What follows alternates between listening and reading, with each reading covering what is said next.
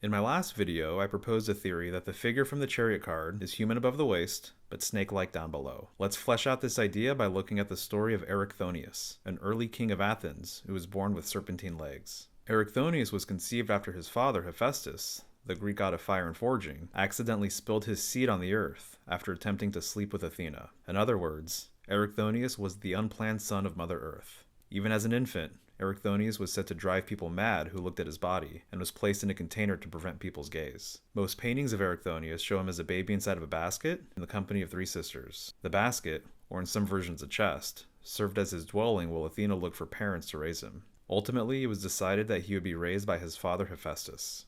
Depending on the source, Erichthonius is credited for inventing the chariot itself, or at the very least, the first four-horse variation, known as the quadriga.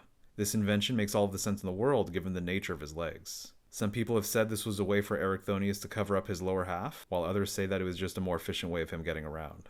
Either way, Erichthonius would lead soldiers to battle in his newfound invention, and various ceremonies would make use of chariots as well. He also created chariot games and races once they became popular. These events honored his mother Athena, and some say this was the precursor to the original Olympic Games. Among his other accomplishments, Athena would appoint him as the fourth king of Athens. It was said that Zeus himself honored Erichthonius with a permanent placement in the heavens. The constellation? Auriga, also known as the Charioteer. The symbolism surrounding Erichthonius reminds me quite a bit of another serpent-legged chariot-riding figure named Abraxas, which we'll get into in part 3.